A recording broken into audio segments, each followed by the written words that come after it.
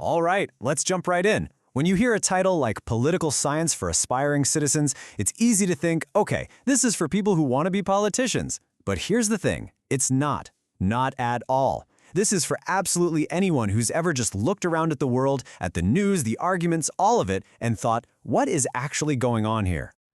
You know that feeling, right? It's that moment you realize you don't just want to live in the world, you want to understand it.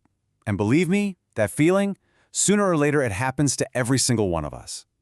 It's like a little switch flips inside your head. You go from just, well, being here to asking some pretty big questions.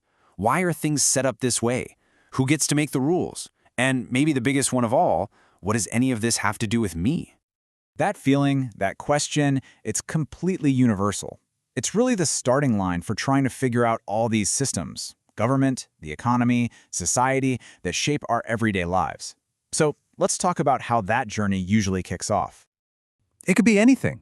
Maybe you're just scrolling through your phone and a headline just stops you.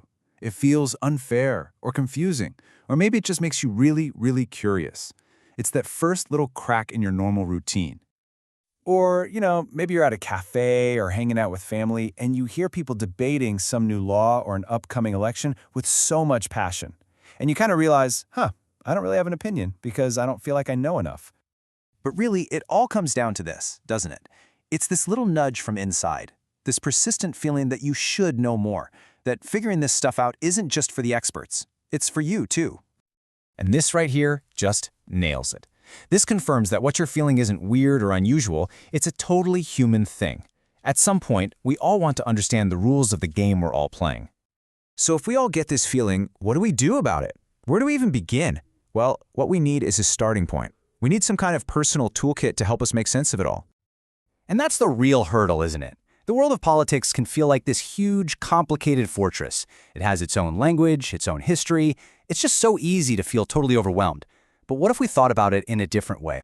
And this is where we get to the core idea of the rough book. I absolutely love this concept.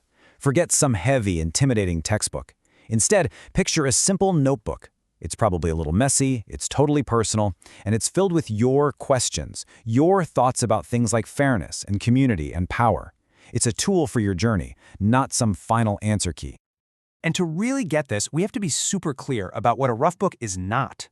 This is not a dense textbook that puts you to sleep. It is not a test you have to study for and pass.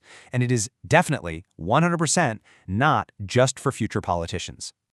This is who it's for. It's for you, it's for me, it's for anyone who wants to swap that feeling of confusion for a little more clarity and maybe a bit more confidence. And in that sense, we're all aspiring citizens. We're all aspiring to just understand our world a little bit better. Okay, so you've got this idea of a rough book. Now what? The next question that usually pops up is, how much do I actually have to do? How involved do I really need to be? And honestly, this question can cause a lot of stress. Do I need to become an expert on everything? Do I have to dedicate my whole life to this? That pressure to do enough can stop you before you even start. But check this out, because this lays it out so perfectly, there is no one-size-fits-all here. A bit could just mean staying informed and voting. And let me tell you, that is hugely powerful. A lot might look more like getting involved in your community or even running for a local office. Both ends of the spectrum and literally everything in between are totally valid. This is so important to remember. Your level of engagement is your choice. It's based on your life, your passions, your time. The goal is not to force yourself into the allot column.